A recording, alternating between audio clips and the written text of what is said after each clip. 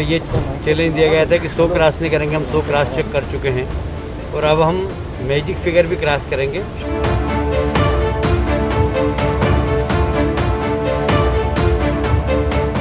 मैं शुक्रगुजार हूँ हमारे पोर्ट कॉन्स्टिट्यूंसी के सारे अवाम का, सब लोगों का, जो उन्होंने हमको विश्वास किया है। इस ये लेके 3rd टर्म हमें विश्वास किया है।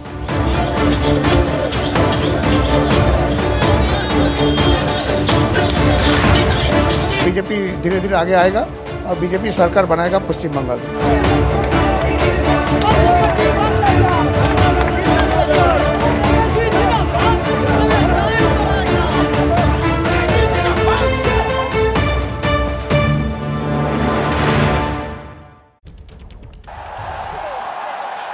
तो खेला हो गया है।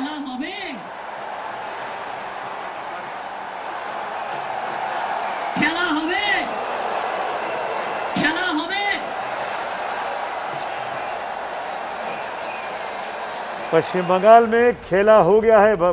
तृणमूल कांग्रेस 207 सीटों पर लीड कर रही है। पिछली बार के परफॉर्मेंस को रिपीट कर रही है, वो भी तब जबकि कहा गया इस बार जबरदस्त एंटी इनकम्बेंसी है, सरकार विरोधी लहर है, रिपीट नहीं कर सकते, ममता बनर्जी चुनाव हार जाएंगी। लेकिन ममता बनर्जी न सिर्फ हारी, न सिर्फ जीती, न हारने की बात को गलत ठहराया, बल्कि 207 तक पहुंच भी गई हैं, 211 के बिल्कुल करीब तक। के शर्मा, 2 बड़े इल्ज़ाम लगे कोविड मैनेजमेंट को लेकर।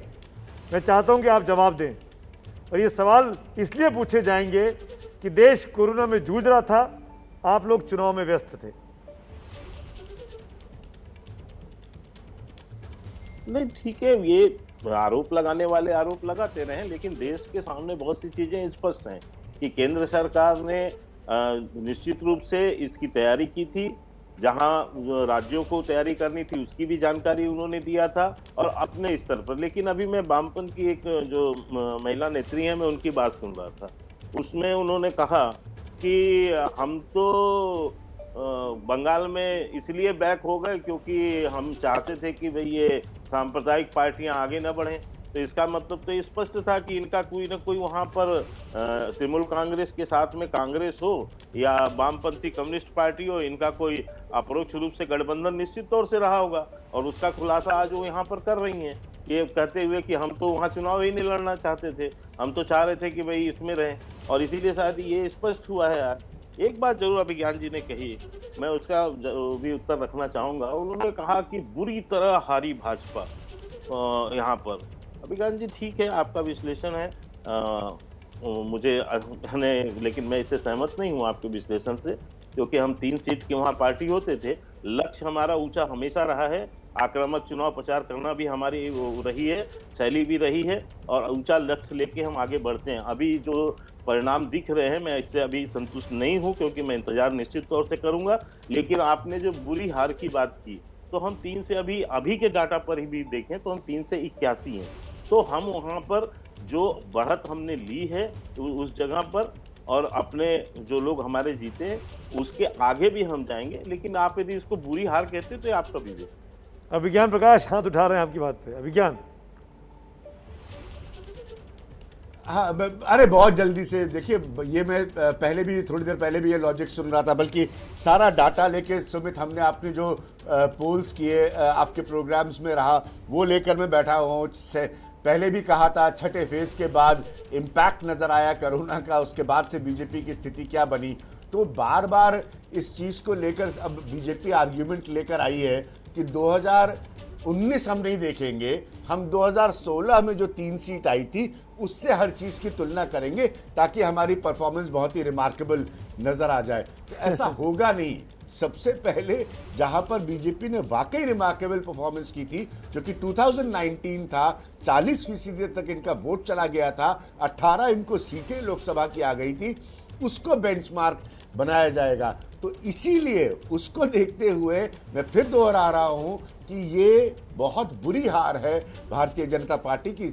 सेकेंड पॉइंट, इन्होंने खुद ये पिच दिया, इन्होंने खुद ये स्लोगनेरिंग की, इन्होंने खुद ये कहा 200 पार, 200 पार। तो बार बार इन बातों का रेपिटेशन, जैसे आप अपनी एंकरिंग में सुबह सही कह रहे थे कि आप 200 पार बोल रहे थे और 100 पार भी नहीं गए।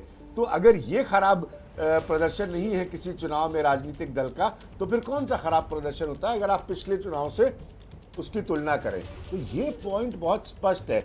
आप इस बात को लेकर अपना डिफेंस नहीं कर सकते कि हम 2016 के असेंबली चुनाव को अकेले देखें। नहीं, जवाब दीजिए के शर्मा जी। किया था वो भी मानव में आ रहा हूं, मानव में आ रहा हूं। Let him respond. के शर्मा। मैं सुमित जी बिल्कुल देता हूं। देखिए, सुविधा का विश्लेषण, ये सुविधा का विश्लेषण ऐसे है क्योंकि जब हम कहते थे, जब अन्य राज्यों के संदर्भ में, कि आप जो है विधानसभा से, यानी जब परिस्थिति बदलती है तो लोग कहते हैं भाई लोकसभा और विधानसभा की क्या तुलना, लोकसभा अलग होता है, विधानसभा अलग होता है।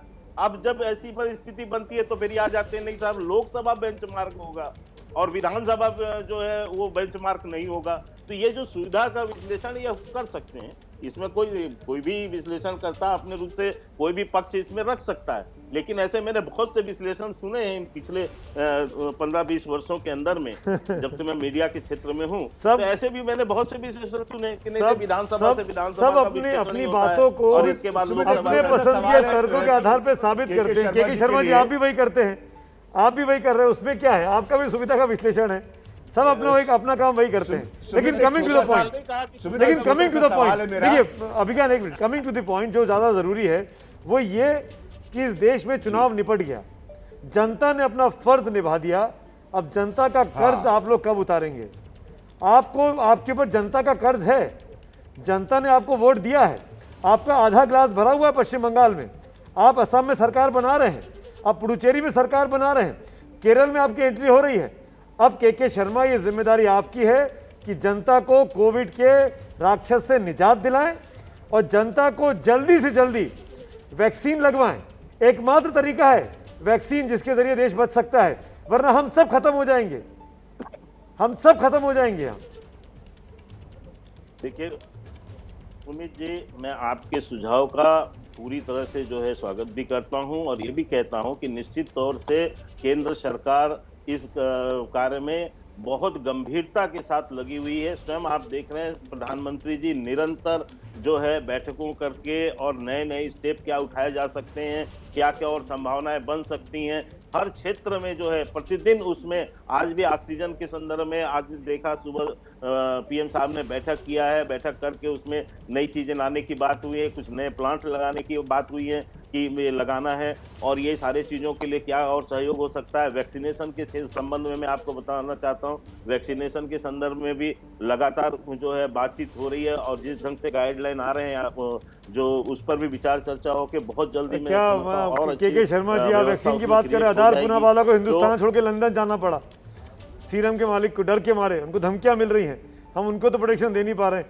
चलिए आगे बढ़ते हैं। मानव कुछ बोल रहे हैं। मानव जायसवाल, आप क्या दिखा रहे हैं, मुझे दिख नहीं रहा है। मानव बताइए। सर मैं प्रयास कर रहा था कि आपको दिखाऊं कि यूपी में एक मतगणना के दौरान कितने लोग हुजूम में जा रहे हैं। खैर कोई बात नहीं, वो भी गलत है, वो भी गलत है, यूपी में भी गलत है। अगर भीड़ इकट्ठी हो रही है मानव, तो हम उसको भी इंडोर्स नहीं करते हैं। वहां पर भी डीएम को और चुनावी अधिकारियों को एक्शन लेना चाहिए। जो निर्देश जारी हुआ है वो सबके लिए हुआ है। मैं सचेत कर रहा था इलेक्शन कमीशन को, शायद आपके माध्यम से इलेक्शन कमीशन को भी दिख जाए, वो कुछ स्ट्रिक्ट संज्ञान ले ले। उनसे नहीं होगा, उसके लिए एक रीढ़ की हड्डी की जरूरत होती है, जिसको बंगला में हम लोग मेरुदंड बोलते हैं। ठीक है, बहरहाल जो भी है सर, और ये जो अहंकार से ग्रसित सरकार है, इनसे आप कुछ अपेक्षा नहीं रख सकते हैं। ये 2019 के मापदंड में तो 2021 के इलेक्शन को लड़ रहे थे, क्योंकि 2019 में जिस तरीके से भयावह इन्होंने दिखाया कि भाई हम इतनी सीटें जीत के आए हैं, वो भौकाल जिसको बोलते हैं ना सर, यूपी में और बिहार में एक तो पिक्चर आया था सर, अमेजन में, क्या नाम था पिक्चर का, वो अच्छा जो भी नाम होगा, उसमें भौकाल बोल के एक शब्द बड़ा हुआ था सर। बंगाल भौकाल से नहीं डरता है सर, बंगाल प्रेम से डरता है। बंगाल को प्रेम चाहिए, आज हिंदुस्तान को स्नेह और प्रेम चाहिए। थोड़ी सी अपेक्षा पूर्ण कर दीजिए, वैक्सीन बना दीजिए, थोड़ी सी संवेदना दिखा दीजिए। मुझे एक बात बताइए, भाषण से ग्रसित होते हुए आप सच में लोक कल्याण में स्थापित हो जाएगी कि हमको लोक कल्याण में सोचना है। मानव ममता दीदी ये ने मुखौटा वादा उतर चुका है, सर। मानव ममता दीदी ने वादा किया था फ्री वैक्सीन लगवाएंगे अपनी जनता को। करेंगे सर, करेंगे सर, करेंगे सर। और हम आपको बता रहे हैं सर, आपके मंच पे हम बता रहे हैं सर, दीदी करेगी। और ये जीएसटी के जितने पैसे हमारे आने हैं, पहले इनको बोलिए देने के लिए। 20 लाख करोड़ का पैकेज लिया इन्होंने, उसका ब्यौरा दें। क्या किया इन्होंने? पीएम केयर फंड का ब्यौरा दें। हम देंगे सर, हम सब ब्यौरा देंगे। ये नहीं दे पाएंगे क्योंकि इनके पास वो सच्चाई है ही नहीं। ये झूठी सरकार है, भ्रमित सरकार है, शर्मा जी वाली सरकार है, शर्मा जी जवाब दीजिए। सरकार है और संवेदनहीन सरकार है। बोलिए सर, आपके मन से मैं पूछता हूँ, क्या प्राइम मिनिस्टर केयर फंड ये दिखाएंगे? उसको आरटीआई कैबिनेट पर लाएंगे? नहीं लाएंगे। पहले अपना ब्यौरा है इनके नेताओं की कि पूछ रहे हैं दोनों जन से, फिर वही होगा। लेकिन हम दो हमारे दोस्त हैं। पहले अपना ब्यौरा पूछिए इनसे कि 20 लाख करोड़ का पैकेज किस मामले में लिया, कहाँ खर्च किया, कहाँ गया, कैसे हमारी आरटीआई के पैसे उन्होंने लिए, कहाँ खर्च किए, कैसे हमारे लोग मारे जा रहे हैं, बेड नहीं है, वेंटिलेटर नहीं है, ऑक्सीजन नहीं भाग है। के वहाँ से हाईकोर्ट 70 साल का ब्यौरा 7 साल में कभी इनसे इतनी बड़ी महामारी पूछिए, ये नहीं जो है। वहाँ का रुपया लोगों को हमने खाया देखा, हमने है सुना उसका है, पहले हमने हिसाब सुना से है। हमने उसको सुना बंगाल है की कि जनता पोलियो होता था, पोलियो बस फ्री हो गया। इस आप देश को आप उसका जवाब दीजिए ना। और इस देश को इसी राजनीतिक दीमक ने बर्बाद कर दिया। ये मैं बड़े अफसोस के साथ कह रहा हूँ, दो बड़ी पार्टी के दो प्रवक्ता, दो नेता आसपास हैं और सिर्फ आरोप प्रत्यारोप हो रहा है। मानव एक मिनट रुकिए, शर्मा जी एक मिनट रुकिए। एक दूसरे के ऊपर बोलेंगे, एक की आवाज भी नहीं आएगी। सुनिए सुनिए, हम लोगों को अपने गिरेबान में भी झांकना चाहिए। हम लोगों को एहसास होना चाहिए कि हमसे गलतियां कहाँ हो रही हैं, ताकि हम अपनी गलतियों पर कदम उठाकर उसको ठीक कर सके। मानव आपने इल्ज़ाम लगाया, बिल्कुल ठीक है, इल्ज़ाम लगाइए। के शर्मा आप उनके जवाब, आप इल्ज़ाम लगाना चाहते हैं आप भी लगाइए, लेकिन मानव गलती आपसे भी हुई है। मानव गलती आपसे, आपकी पार्टी से भी हुई है, के शर्मा से भी हुई है, हम सब से हुई है। और आज की तारीख में आलम यह है कि 4 लाख के ऊपर केस आ रहे हैं हर रोज। हम सब ने कोविड को बढ़ाया है आगे। हमारी वजह से 3,500-4 हजार लोग मर रहे हैं हर रोज। हम सब इसके दोषवार हैं, हम सब इसके दोषी हैं। मानव, आपके चिल्लाने से आप दूध के धुले नहीं हो जाएंगे। नहीं मानव, ये मंच में आपको नहीं दे सकता। अरे बाबा, हमने भी देखा बंगाल में। मत बुलवाइए मुझे, 10 साल में क्या क्या हुआ है। हमने भी बहुत सी शिकायतें सुनी है, हमने भी सुनी है। Please listen to this. We all have to realise, हम सबको इस बात का एहसास होना चाहिए कि हम देश की जनता के दोषी हैं। खासकर वो राजनीतिक पार्टियां जो चुनाव में खड़ी होती हैं, जो चुनाव जीतकर रूल करना चाहती हैं, जिनको हुकूमत करने में आनंद आता है, उन राजनीतिक पार्टियों की जिम्मेदारी ज्यादा बनती है। चाहे ममता दीदी हो, चाहे नरेंद्र मोदी हो, चाहे के शर्मा हो, चाहे मानव जायसवाल हो। आज की तारीख में दोस्तों, मेरे मित्रों, जायसवाल साहब, मेरे मित्र शर्मा जी, सुनिए इस बात को ध्यान से, इस बात को ध्यान से सुनिए। मानव जी, इस बात को ध्यान से सुनिए, थोड़ा सा सब्र करिए। कम से कम 50 डॉक्टर मित्रों को मैं जानता हूं, 50 में से एक भी व्यक्ति ऐसा नहीं है जो नहीं रोता आज की तारीख में फोन करके। बिलक के डॉक्टर रो रहे हैं। अस्पतालों में पेशेंट को बिठाने के लिए उनको स्टेथोस्कोप लगाने के लिए जगह नहीं है। कुर्सियों पर बिठाकर ऑक्सीजन लगाई जा रही है। बड़े अच्छे हॉस्पिटल में जमीन पर लिटा दिया जा रहा है। लोगों को जान के लाले पड़े हुए हैं और आपस में राजनीति कर रहे हैं, आरोप प्रत्यारोप कर रहे हैं। मैं हाथ जोड़ के कह रहा हूं, देश को अस्पताल भी दिला दीजिए, देश को डॉक्टर का भरोसा दिला दीजिए, देश को स्वास्थ्यकर्मी दिला दीजिए। मत करिए ये सब चीजें। उत्तर की अपेक्षा भी नहीं है हमें। मानव जी मत करिए उत्तर। अरे उत्तर तो आपको भी देना पड़ेगा ना मानव जायसवाल भाई। 10 साल से रूल कर रहे हैं ना बंगाल में। आप बंगाल में रूल कर रहे हैं 10 साल से। आप घेरिए नरेंद्र मोदी को, आप घेरिए बीजेपी को। अपना तो बताइए, हम बहुत छोटे हैं, अपना तो बताइए। चिट्ठियां लिखी है सर, अरे चिट्ठी लिखने से काम नहीं चलता है। अरे गजब बात करते हैं मानव भाई। आप किसी प्रदेश का मुख्यमंत्री जो है वो स्वास्थ्य के लिए खुद जिम्मेदार होता है, हेल्थ सेक्टर के लिए। हेल्थ जो है वो स्टेट का विषय है। मुझे बताने की जरूरत नहीं है, पढ़े लिखे आदमी है। नहीं कर रहे हैं मानव भाई, नहीं कर रहे हैं। कर दिया होता तो स्थिति नहीं होती आज की तारीख में, नहीं होती। नहीं, आप भी दोषी हैं, आप भी बराबर के दोषी हैं। इलेक्शन की वजह से तो हुई है सर। इलेक्शन तो है ही है, आप भी बराबर के दोषी हैं मानव साहब। सर, आप हमने और तो- आपकी अच्छा, पार्टी, सर, एक और बात इसलिए बताइए, दोषी सर, है। मैं आपसे सीधी बात पूछता हूँ सर, आप परस्पर उत्तर दीजिएगा सर। बोलिए, क्या पूछिए। हमने चिट्ठी नहीं लिखी इलेक्शन कमीशन की 4 फेज को 1 फेज में करा लिया जाए? अरे जनाब, चिट्ठी हम लिखने से वोट काम नहीं करने के चलता लिए है। रैली थे। आप ये कह तो सकते क्या थे करें कि मैं सर? ई रैली करूंगी, मैं नहीं जाऊंगी नहीं पब्लिक के किया बीच में, मैं सर, सड़क के बीच में नहीं चलूंगी, मैं रोड पे व्हीलचेयर लेकर सैकड़ों हजारों की भीड़ लेके नहीं निकलूंगी। अरे बोल देते ना आप, इलेक्ट्रॉनिक मीडियम किस लिए है? सर आप तमाम तरीके से कैंपेन कर सकते हैं, मत करिए। नहीं, आखिर में किया, आखिर में किया, आखिर में किया जब जनता त्रस्त हो गई, जब कोविड फैल गया, जब कोविड गांव तक चला गया। जिस गांव में अस्पताल नहीं है वहां पे कोविड के 50 पेशेंट निकल रहे हैं। बंगाल में नहीं, हर जगह, यूपी में भी, मध्य प्रदेश में भी, दिल्ली के आसपास भी हम रोज देख रहे हैं इस तरह की चीजें। आप मुझे बता रहे सही बात है सर, आप मुझे बता रहे हैं, सब आदमी परेशान है आज की तारीख में। अनुरोध करूंगा सर, विनम्र अनुरोध करूंगा सर। दिबांग पैर छू के बोलता हूं सर, अवस्थी जी दिबांग आपको। कोविड पे लगातार काम कर रहे हैं। दिबांग बीते 12-14 महीनों से कोविड के बारे में पूरा डेटा इकट्ठा कर रहे हैं। मैं दिबांग को इस डिबेट में लाना चाहता हूं। दिबांग, बड़ा आराम है कि तुम्हारी कमीज जो है वो दागदार है, मैं तुमसे अच्छा हूं। इसका इलाज क्या है इस देश में? हम अच्छे नहीं हैं, हम इतने बुरे नहीं हैं, हम अच्छे नहीं हैं, बिल्कुल। लगातार ये जो पॉलिटिकल पार्टीज, सुन लीजिए मेरी बात, लगातार पॉलिटिकल पार्टीज यही कर रही हैं, हम ये लगातार देख रहे हैं। अभी तक वो जगह नहीं है, मेरे ख्याल से नेताओं को जगने की जरूरत है। एक और आंकड़ा जो, चूंकि आंकड़ा का दिन है, आंकड़े की बात हो रही है सुमित, एक और आंकड़ा और जिस पर सुप्रीम कोर्ट में काफी चर्चा हुई वो है कि किस तरीके से जो कंपनी है वो सरकार को, केंद्र सरकार को 150 रुपए में और राज्यों को 300 से 400 रुपए में वैक्सीन देने को तैयार है। इस पर सुप्रीम कोर्ट ने कहा कि अगर ऐसा चला तो करीब 30 से 40 हजार करोड़ का अंतर आएगा जब ये वैक्सीन थोक में खरीदी जाएंगी। इसीलिए सुप्रीम कोर्ट ने कहा कि आप सारी वैक्सीन खरीदिए और खरीद के राज्यों को दीजिए ताकि राज्य टीकाकरण कर सकें। मेरे ख्याल से ये एक बड़ा सुझाव है, अच्छा सुझाव है। और एक बात ये भी आई खुलकर कि केंद्र सरकार ने इन दोनों कंपनियों को वैक्सीन डेवलप करने के लिए 4,500 करोड़ रुपए दिए हैं।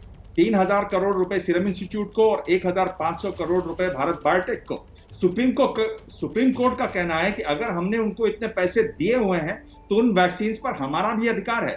केंद्र सरकार आके खुलासा करे कि उस वैक्सीन को ये जो पैसे दिए गए इसके पीछे डील क्या थी। बिना किसी बैंक गारंटी के इतना पैसा दिया गया, इसका मतलब क्या है? सुप्रीम कोर्ट ने ये भी सवाल पूछा है। मेरे ख्याल से ये एक बहुत महत्वपूर्ण सुनवाई है, सुप्रीम कोर्ट में हो रही है, इसलिए क्योंकि 2 इकाइयां, मैं बार बार कह रहा हूं कि 2 इकाइयां इतने लोगों के लिए, करीब 60 करोड़ लोगों के लिए जिनको वैक्सीन लगनी है 18 से 45 साल के, वो नहीं बना सकती वैक्सीन, और कंपनियों को जोड़ना होगा। सरकार को सक्रिय रूप से सामने आकर इस पर काम करना होगा, विपक्ष को लगातार दबाव बनाना होगा, इस पर बात करनी होगी। इस पर चर्चा बहुत कम हो रही है क्योंकि इस पर जानकारी बहुत कम है लोगों को कि इस तरह भी हो सकता है।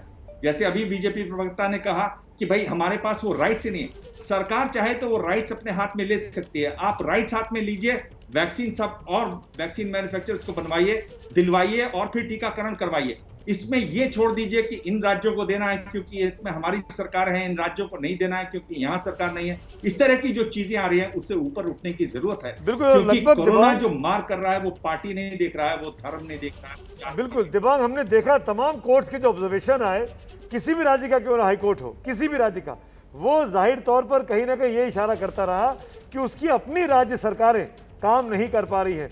मैं फिर रिपीट कर दूं, स्वास्थ्य, हेल्थ राज्य का विषय होता है। राज्य सरकारों को अपने आप को अपग्रेड भी करना चाहिए था। केंद्र सरकार का आप कह सकते हैं फेलियर है, उनकी तरफ से कोई डॉक्ट्रिन नहीं आई, कोई प्लान नहीं आया, कोई प्लानिंग नहीं हुई, कोई नोडल एजेंसी नहीं बनी। लेकिन राज्य सरकारों ने क्या किया, इल्जाम उनके ऊपर भी जाएगा। वो भी चुनाव लड़ते हैं, वो भी जनता के वोट में आते हैं। इस बीच में केंद्र सरकार ने इंटरवीन किया है, प्रधानमंत्री लगातार बैठकें कर रहे हैं। आज भी प्रधानमंत्री ने एक बड़ी बैठक की है इस पूरी समस्या से निपटने के लिए।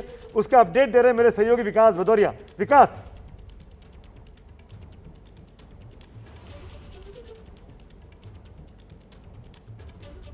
विकास के पास चलेंगे। बड़ी खबर इस वक्त आ रही है, प्रधानमंत्री ने आज महत्वपूर्ण बैठक की थी सुबह, और उसके बाद जो खबर निकलकर सामने आई है, जो मैं देख पा रहा हूं, मेरे को फोन पे जो मैसेज आया है, उसके मुताबिक अब जो फाइनल ईयर के मेडिकल के छात्र हैं, फाइनल के मेडिकल ईयर के जो छात्र हैं, उनको कोविड ड्यूटी में लगाया जाएगा। फाइनल ईयर के मेडिकल छात्रों को कोविड ड्यूटी में लगाने के लिए प्रोत्साहित किया जाएगा, उनको वित्तीय प्रोत्साहन भी दिया जाएगा। एक और बड़ी खबर, ये आप कोरोना मीटर देख पा रहे हैं, लेकिन एक काउंटिंग मीटर भी चल रहा है, उससे जुड़ा एक बड़ा अपडेट पंकज के पास है। पंकज, ये है कि नंदीग्राम में जब भी ममता बनर्जी पीछे चल रही, आगे हो गई थी कुछ देर के लिए, और जैसा मैंने कहा कि छोटी बढ़त है, तो फिर से ये जो जानकारी आ रही है कि शुभेंदु ने फिर से बढ़त बना ली है नंदीग्राम में। कितनी बढ़त है, कुछ डिटेल है आपके पास? डिटेल करीब 1200 के आसपास की छोटी सी बढ़त है जो अभी बहुत ही कांटे की टक्कर चल रही है। कभी 1500 से शुभेंदु आगे, कभी 1500 से दीदी आगे, अब शुभेंदु 3800 वोटों से आगे आ गए हैं, अभी जो ताजा जानकारी है। बिल्कुल सामने स्क्रीन पर है, शुभेंदु अधिकारी आगे हो गए हैं, 3800 वोट से आगे हैं। 13वें राउंड के बाद अभी भी कई राउंड की गिनती बाकी है। बहुत ही क्लोज फाइट है शुभेंदु अधिकारी और ममता बनर्जी के बीच इस वक्त नंदीग्राम में। पूरे बंगाल की सबसे इंपॉर्टेंट सीट है, पूरे बंगाल की सबसे इंपॉर्टेंट सीट है नंदीग्राम। सबकी नजर उस पर लगी हुई है, हमारी भी नजर उस पर भी बात करेंगे। तमाम लोग अपने हाथ उठा रहे हैं। मेरे साथ मेरे सहयोगी विकास भदौरिया जुड़ गए हैं। विकास, एक ताजा अपडेट था, एमबीबीएस छात्रों को, फाइनल ईयर के छात्रों को इंक्लूड किया जाएगा कोविड ड्यूटी में। जी बिल्कुल, देखिए ये फैसला संभव है, राज्यों के साथ बात करके केंद्रीय स्वास्थ्य शिक्षा मंत्रालय इसको फैसला लेगा। अभी अब से कुछ देर पहले प्रधानमंत्री के कार्यालय में एक बैठक हुई, प्रधानमंत्री में के साथ उसमें तमाम एक्सपर्ट जुड़े, और जो ह्यूमन रिसोर्स है यानी कि जो नर्सिंग और मेडिकल स्टाफ है उसको ज़्यादा से ज़्यादा कैसे इंडक्ट किया जाए इस कोरोना काल में, उसको लेके ये बैठक थी।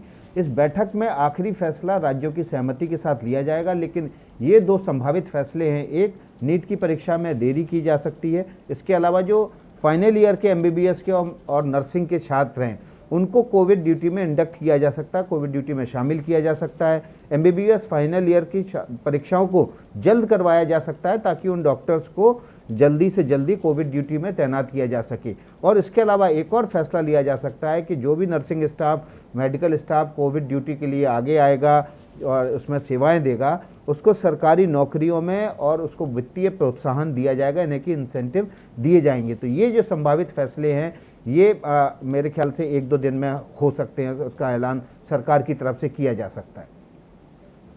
तो ये बड़े फैसले लिए जा सकते हैं। राज्य सरकारों के साथ बातचीत की जा रही है। कोविड को लेकर भी केंद्र सरकार अब एक्टिव हुई है। आलोक जी, मैं आता हूं आपके बाद, एक छोटा सा ब्रेक यहाँ लेना पड़ेगा, लेकिन ब्रेक के तुरंत बाद ये बड़ी कवरेज जारी है। तमाम खास मेहमान मेरे साथ बने हुए हैं, कुछ नए मेहमान भी जुड़ेंगे। लौट के आते हैं। पश्चिम बंगाल में दीदी ने वापस पिछली बार की तरह अपने परफॉर्मेंस को लगभग रिपीट कर लिया, यानी 200 के पार ममता बनर्जी हो चुकी हैं। लौट के आते हैं इस बड़ी कवरेज पर।